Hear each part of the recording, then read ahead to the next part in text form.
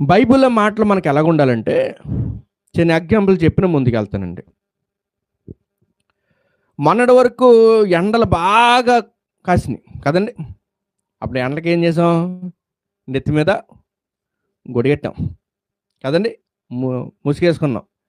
జాగ్రత్తగా కాపాడుకున్నాం. వర్షం వచ్చినప్పుడు ఏం చేస్తున్నాం? దాక్కుంటున్నాం కదండీ! అయితే మీకు చిన్న ఎగ్జాంపుల్ నేను ఏం చెప్పాలనుకుంటున్నానంటే, ఎండలో ఒక విత్తనం ఎండిపోతుంటది కదండీ! అది మళ్ళీ వర్షం వచ్చేటప్పటికి దాంట్లో నుంచి జీవం వచ్చి మొక్కయ్యి అలాగలాగలాగా పచ్చగా వర్ధిల్లుతుంటది కదండీ! వాక్యం వచ్చేటప్పుడు మనం ఎలాగుండాలంటే, ఆ వాక్యాన్ని స్వీకరించేవారుగా, ఆ వాక్యపు జల్లుల సారాన్ని పుచ్చుకుని మనము కూడా అభివృద్ధి పొందేలా